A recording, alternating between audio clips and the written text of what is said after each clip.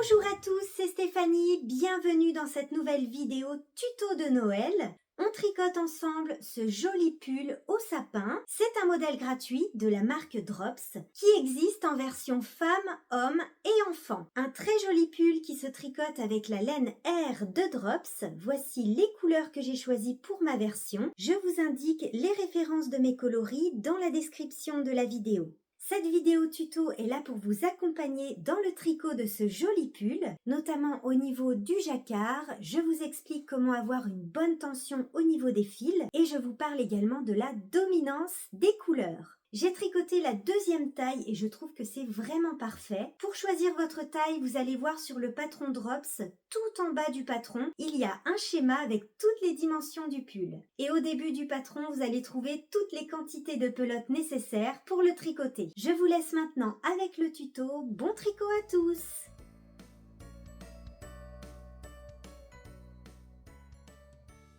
On commence par monter les mailles du col avec notre coloris principal et nos aiguilles de 4 mm. Pour tricoter le col, j'utilise un petit câble de 40 cm.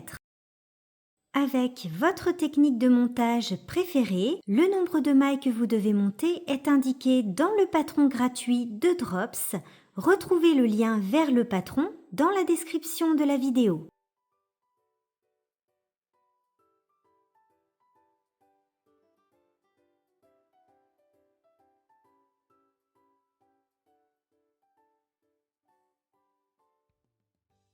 On va joindre le tricot en rond. Pour cela, faites bien attention à ne pas vriller vos mailles. On place un anneau marqueur pour indiquer le début du rang et on tricote en côte. 2 mailles en droit, 2 mailles en vert jusqu'à la fin du rang. Sur tous les rangs.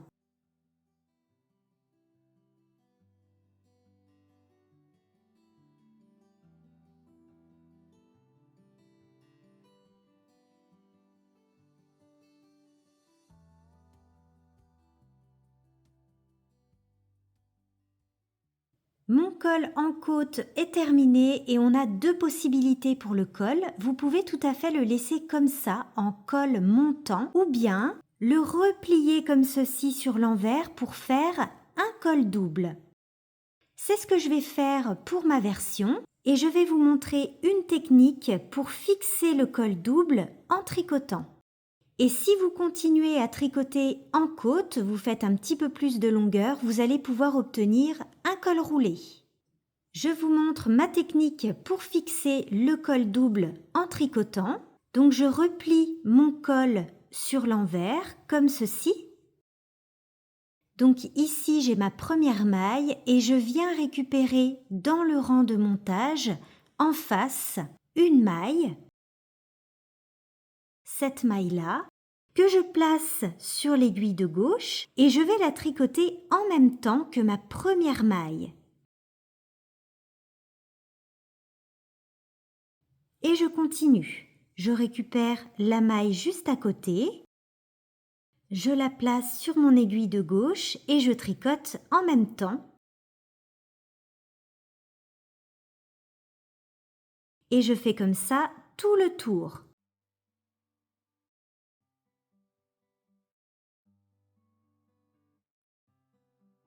Et je tricote toutes mes mailles à l'endroit.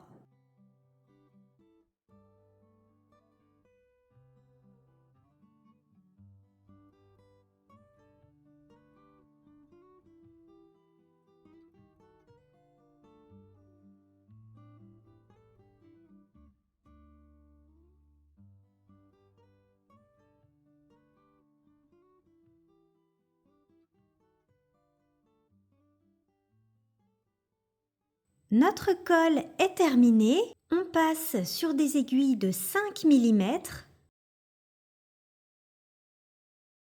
Et on commence par un rang d'augmentation qu'il faut répartir régulièrement sur tout votre rang. Pour faire une augmentation, on va faire un jeté et continuer à tricoter. Et au rang suivant, il faudra tricoter ces jetés torse, c'est-à-dire par le brin arrière, afin qu'il ne forme pas de trou. Par exemple, ici j'ai un jeté, eh bien je vais le tricoter non pas par le brin avant, mais par le brin arrière. On a donc une augmentation invisible.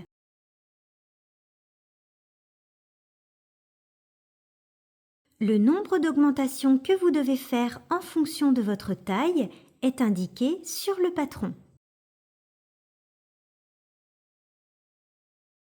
Petite étape facultative, mais qui peut être indispensable si, comme moi, vous avez opté pour le col double, c'est la rehausse du dos qu'on fait avec des rangs raccourcis à l'allemande. J'ai donc fait quelques rangs raccourcis à l'allemande pour creuser mon encolure et pour avoir plus de confort au niveau du col. J'ai donc fait quelques rangs raccourcis juste après mon col et juste après le premier rang d'augmentation. Si vous souhaitez ajouter une rehausse dos pour votre pull de Noël, rendez-vous dans ma vidéo tutoriel sur le pull au mouton, le pull que je porte. Dans cette vidéo, je vous explique en détail comment ajouter une rehausse dos avec la technique des rangs raccourcis à l'allemande qui est valable pour tous les pulls.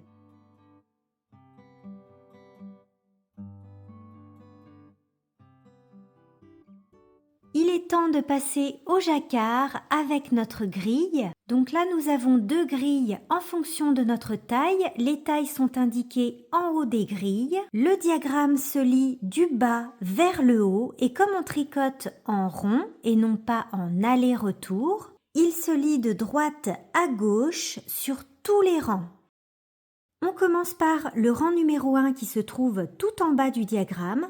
C'est un rang sans rien de particulier où on va tricoter toutes nos mailles à l'endroit avec notre couleur principale. Et on voit que pour commencer, c'est un motif qui se répète sur 6 mailles. Je vais donc placer des petits anneaux marqueurs, toutes les 6 mailles sur ce premier rang. C'est facultatif, mais cela me permettra d'éviter de compter mes mailles par la suite, notamment pour les augmentations.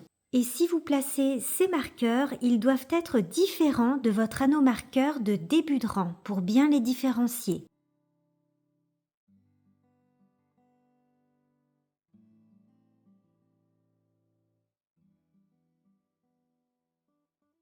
Une fois qu'on a terminé un rang, moi j'aime bien le cocher comme ça je sais où j'en suis.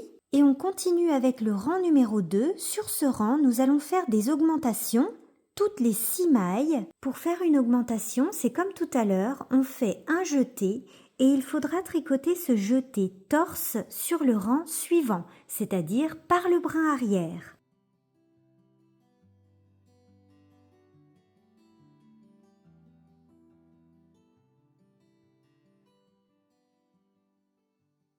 Donc là, je suis sur un rang d'augmentation, je fais un jeté.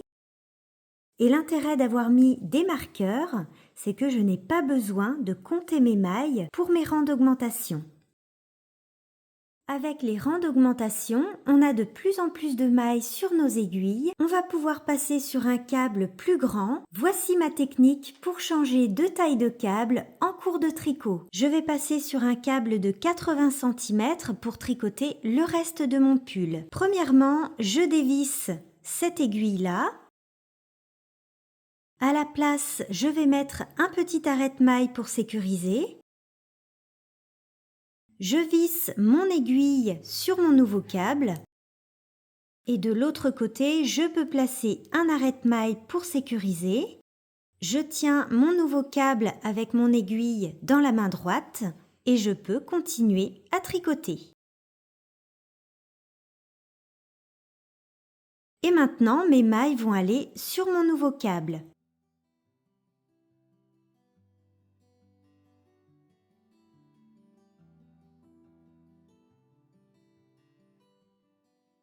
Mes mailles sont sur mon nouveau câble, je peux enlever l'arrête-maille de ce côté. Je dévisse mon aiguille de mon ancien câble et je peux la visser sur mon nouveau câble. Nous avons changé de taille de câble en cours de tricot.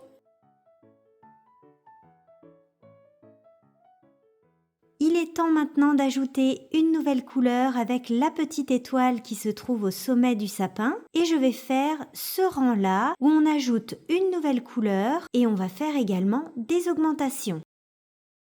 Et sur ce rang, je vais également vous montrer comment croiser les fils à l'arrière de l'ouvrage. On va parler de la dominance des couleurs, c'est-à-dire la façon dont je vais placer mes fils afin de bien faire ressortir mon motif. Ici, je veux faire ressortir ma laine jaune, je vais donc la placer à gauche, afin de faire passer mon fil de coloris principal par-dessus mon fil jaune. Je tricote 5 mailles en coloris principal et ici je commence ma première maille jaune. Je tricote une maille jaune et une fois que j'ai terminé, je laisse mon fil à gauche. Et mon fil de couleur principale passe par-dessus. Ici, je vous montre comment croiser ces fils afin d'éviter d'avoir des grands fils à l'arrière de l'ouvrage. Je tiens mon fil jaune dans ma main gauche comme ceci. Je pique dans ma prochaine maille comme si j'allais la tricoter. Et là, je passe le fil jaune par-dessus, entre mes deux aiguilles, comme ceci. Je tricote ma maille avec mon coloris principal. Et là, je retire le fil jaune qui va se retrouver coincé à l'arrière. Et je termine de tricoter ma maille. Je tricote une maille et on voit bien que mon fil jaune est coincé à l'arrière de l'ouvrage. Je n'oublie pas de faire un jeté puisqu'on est sur un rang avec des augmentations. Et je continue. Je peux refaire un croisement.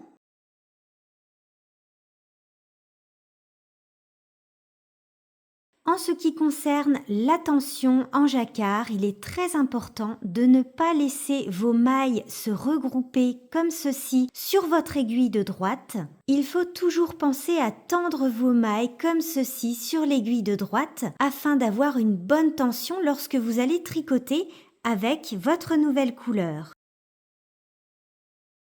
Si je laisse mes mailles se regrouper comme ceci sur mon aiguille, eh bien, je vais trop serrer. Lorsque mes mailles vont se placer normalement, ici, ce sera trop serré. Donc, c'est très important de vraiment tendre de ce côté avant de changer votre couleur.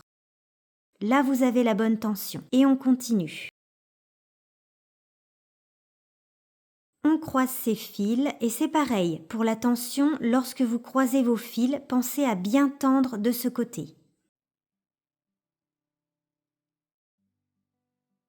On n'oublie pas le jeter et on continue.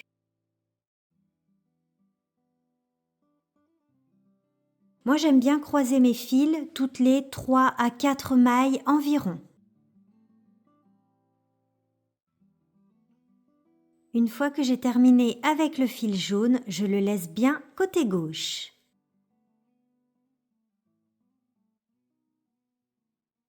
Au rang suivant, je veille à avoir toujours une bonne tension. Je tends mes mailles avant de changer de couleur.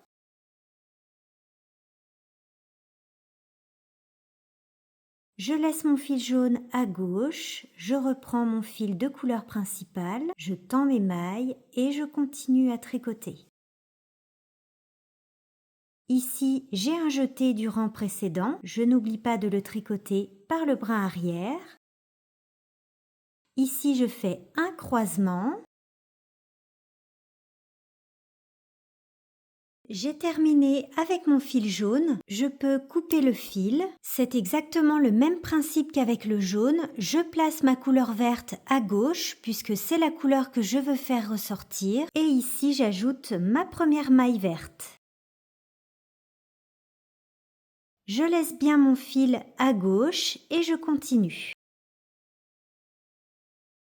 Alors, je retourne en arrière parce que je décide d'ajouter une petite fantaisie pour le vert, pour les sapins. Je trouve que mon vert est un peu clair, je vais donc ajouter pour les sapins uniquement un fil de mohair que je vais tenir en double avec la R. Vous voyez que ce vert est plus foncé. Je vais donc tenir les deux fils ensemble pour tricoter mes sapins.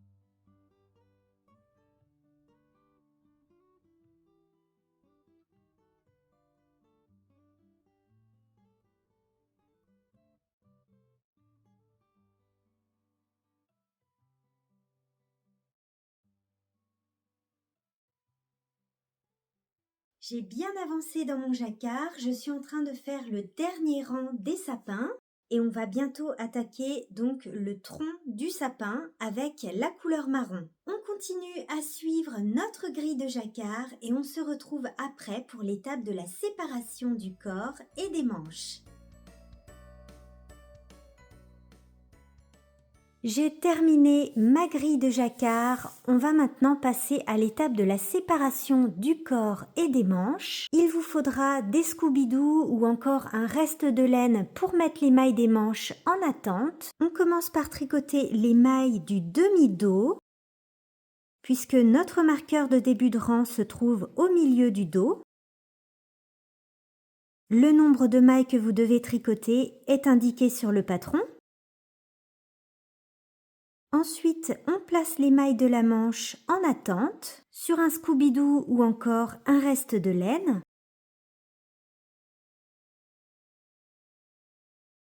Une fois qu'on a placé nos mailles de la manche en attente, on monte des nouvelles mailles sous le bras. Pour monter une nouvelle maille, j'entoure mon fil autour du pouce, je passe mon aiguille dans la boucle du pouce par le dessous et je lâche.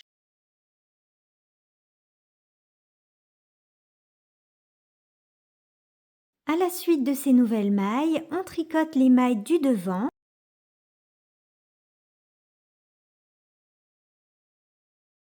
Ensuite, on va faire la même chose avec la deuxième manche. On place les mailles en attente.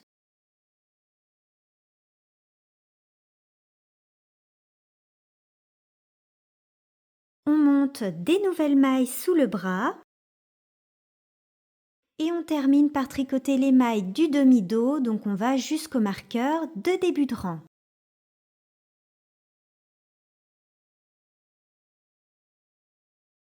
On va maintenant tricoter le corps de notre pull en jersey, en rond, c'est-à-dire toutes les mailles à l'endroit.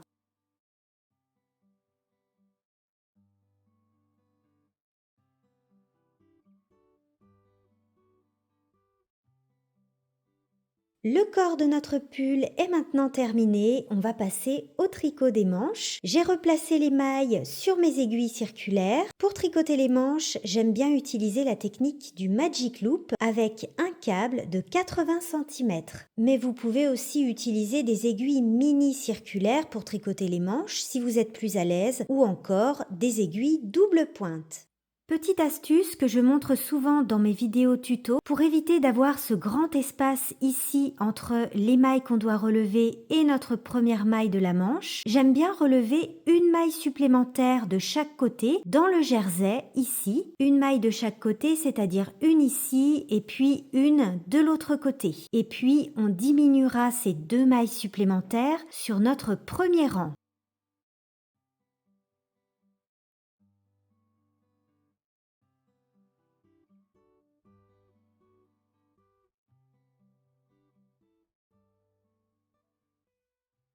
On place un anneau marqueur au milieu des mailles relevées. Ce sera donc notre marqueur de début de rang. Et je relève à nouveau une maille supplémentaire dans l'espace ici, sinon ça va nous faire un grand trou de ce côté. On commence par un rang de diminution pour diminuer les deux mailles supplémentaires et ça me permettra de vous montrer comment faire un rang de diminution puisque nous allons faire des diminutions régulières tout au long de la manche. On tricote toutes nos mailles à l'endroit jusqu'à 3 mailles de la fin du rang, c'est-à-dire 3 mailles du marqueur.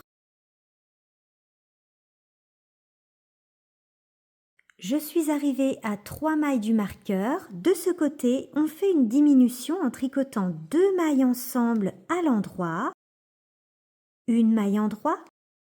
On glisse le marqueur, une maille endroit. Et de ce côté, on fait également une diminution en tricotant un surjet simple. On glisse une maille, on tricote la maille suivante à l'endroit et on rabat la maille glissée par-dessus la maille tricotée. On tricote notre manche en jersey, en rond avec le coloris principal, en faisant des diminutions régulières tout au long de la manche. Le nombre de diminutions que vous devez faire est indiqué sur le patron.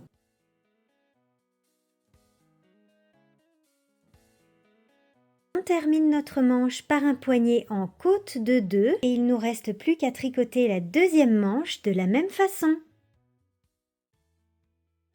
Notre pull au sapin est maintenant terminé, bravo à tous! J'espère que cette petite vidéo tuto vous aura permis de le tricoter facilement. En tout cas, c'est un modèle vraiment magnifique, je l'adore. N'hésitez pas à me laisser un petit commentaire et à vous abonner à ma chaîne pour ne rien rater. On se retrouve bientôt dans une prochaine vidéo. Bye bye!